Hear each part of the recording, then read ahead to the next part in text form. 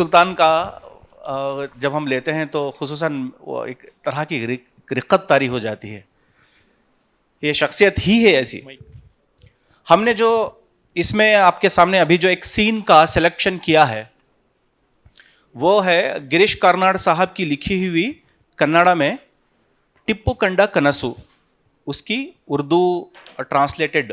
تو اس سین میں جو ہے ایڈمنسٹریشن لیول میں یہاں پر پورنیا ہے, پورنیا کا رول ہمارے فاروق صاحب کر رہے ہیں, پھر میر صادق کا رول جو ہمارے عامر چودھری کر رہے ہیں. اس وقت جو ہے سب ایڈمنسٹریشن لیول میں سب اچھے تھے, یعنی ابھی تک وہ اس میں اتھل پتھل نہیں ہوئی تھی, سیاسی اتھل پتھل جو ہوتی ہے وہ نہیں ہوئی تھی.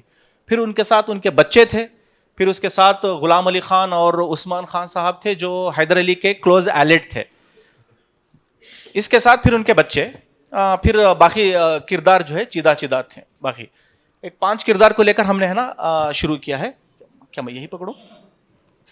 تو سین یہ ہے کہ اس میں پرائیویٹ کنورزیشن ہے سیمی آفیشیل, جس میں دعوتیں بھی ہوتی ہیں, کھانا پینا بھی ہوتا ہے, لیکن ایڈمنسٹریٹو لیول پہ باتیں بھی ہوتی ہیں. یہ اس قسم کی سین ہے, دربار کی سین نہیں ہے ٹوٹل.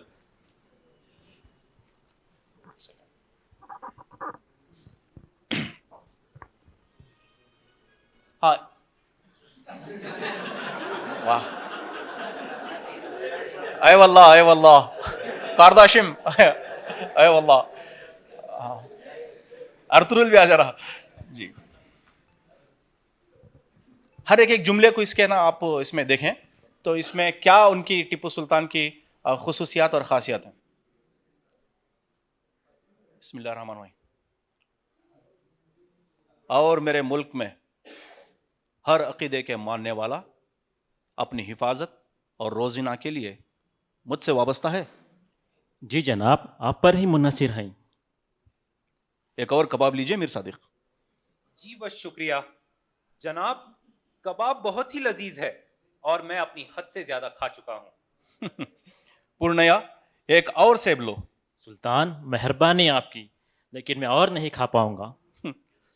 تم تو جانتے ہو یہ سیب کشمیر سے ہیں, یہاں دکن میں کمیاب ہیں, نامت کہو کھاؤ. اس کی بناوٹ اور رنگت کی نزاکت سے ہی نظروں کو ٹھنڈک پہنچتی ہے جناب اعلیٰ. بہت خوب. اچھا تو ہم کہاں تھے؟ ہاں یاد آیا, جو چیزیں ہمیں قافلوں کے ساتھ آئیں گی ان میں ریشم کے کیڑے اور انڈے آئیں گے. وہ جزیرہ دہرات جو مسقط کے قریب ہیں وہاں سے ہوں گے. لیکن ہمیں جو چین سے حاصل ہوا ہے وہ اچھی طرح سے کام کر رہے ہیں جناب, کیا ہمیں اور چاہیے؟ بالکل, ہمیں اور چاہیے, یہ ان سے بہتر ہو سکتے ہیں. مجھے بتایا گیا ہے کہ ہمارے یہاں کی آب و ہوا کے لیے زیادہ موزوں ہیں. 5 یا 6 لوگ جنہیں کیڑے پالنے کا صحیح علم ہو انہیں بھی ساتھ لانا پڑے گا. ٹھیک ہے؟ اور کچھ؟ راجہ رام چندر کا خط. اوہو, وہ تو پکا گدھا ہے. جب جناب مجھے ان کی بات ٹھیک لگتی ہے.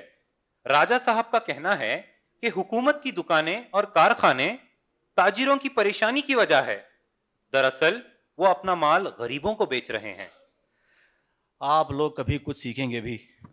اگر منافع 7 پگوڑا آ رہا ہے اور منشی اور بہی کھاتوں پر 10 پگوڑا آ رہا ہے تو کوئی تجارت میں کیسا پیسے لگا سکتا ہے, اور کب تک؟ تاجر اپنا سامان ایک جگہ سے دوسری جگہ کیسے لے جا پائیں گے؟ تمہیں اس بات کی فکر نہیں کہ وہ بیچارے لاچار ہو کر رینگتے ہوئے ہمارے ہی پاس آئیں گے؟ عزت مآب میر صادق صاحب کا کہنا شاید یہ ہے کہ تاجر بازار کی اونچ نیچ سے پریشان نہیں ہیں, بلکہ حکومت کے ساتھ تجارت کرنے والی بات سے ہچکچا رہے ہیں. انہیں ڈر حکومت کے تاجرانہ ہونے سے ہے. تب تو ضروری ہے کہ وہ یہ سب پسند کرنے لگیں گے, اور تم دونوں بھی. ہاں, ہمیں شیشوں, بندوق اور توپوں کی ضرورت ہے. کیا ہم یہ سب بیرونی ملکوں سے خریدتے رہیں گے؟ ہمیں ان سب کے لیے پیسوں کی سخت ضرورت ہے. کیا ہم ان کوڑیوں سے جو تاجروں سے لگان وصول کر کے کرتے ہیں اس پر اکتفا کر لیں, جبکہ ہمارے پاس سندل کی لکڑی اور ہاتھی دانت مفت میں ملتے ہیں؟ کیا کوئی تاجر خود سے سندل کی لکڑی کی تجارت کر سکتا ہے؟ صدیوں تک ہم نے چین سے ریشم کی بھیک مانگی اور منگوایا بھی, اور جب انہوں نے وہاں سے انڈے منگوائے تو اس آدمی نے شور مچایا.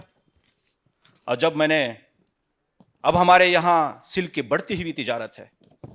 کیا ہم ان بیوقوف نظام اور مراٹھاؤں کی طرح ہاتھ پر ہاتھ دھرے بیٹھے رہیں جو کبھی یہ نہیں سوچتے کہ اس ملک میں یہ انگریز کبھی آیا تھا بھی؟ کیا ان کے نزدیک انگریزوں کا کوئی وجود بھی ہے؟ اور کوئی ڈاک؟ کوئی خاص نہیں. ٹھیک ہے. کیا عزت مآب غلام علی خان صاحب اور عثمان خان صاحب آ گئے؟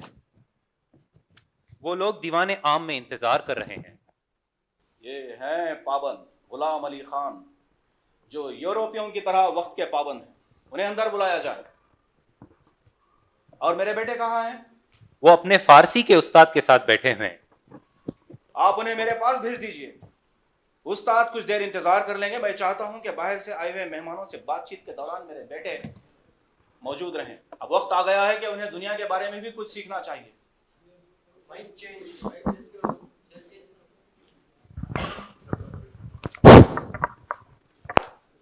عثمان خان صاحب. سلطان کا اقبال بلند ہو. خوش آمدید، خوش آمدید. عزت مآب غلام علی خان صاحب، عثمان خان صاحب، ہم امید کرتے ہیں کہ آپ کے اہل و عیال بخیریت ہوں گے. خدا کی مہربانی اور آپ کی شفقت جناب. فتح حیدر، معز الدین، عبد الخالق، آؤ بیٹھو. یہاں غور سے سنو اور ہر بات پر توجہ دو. تم ان عظیم ہستیوں کو جانتے ہو؟ جی ہاں والد محترم. آداب چچا حضرات، آداب. اللہ آپ کو خوش و خرم رکھے. بنا تمہید کے مدعے پر آتا ہوں. ہم کچھ نمائندوں کو فرانس بھیجنا چاہتے ہیں. کیا آپ پانڈیچیری کے میسو پیئر منیرا کو جانتے ہو؟ اس کے توسط سے ہم نے موریشس کے فرانسیسی گورنر جنرل کے ساتھ فرانس کو میسو سے شاہی نمائندے بھیجنے کا انتظام کیا ہے. گورنر جنرل راضی ہو گیا ہے.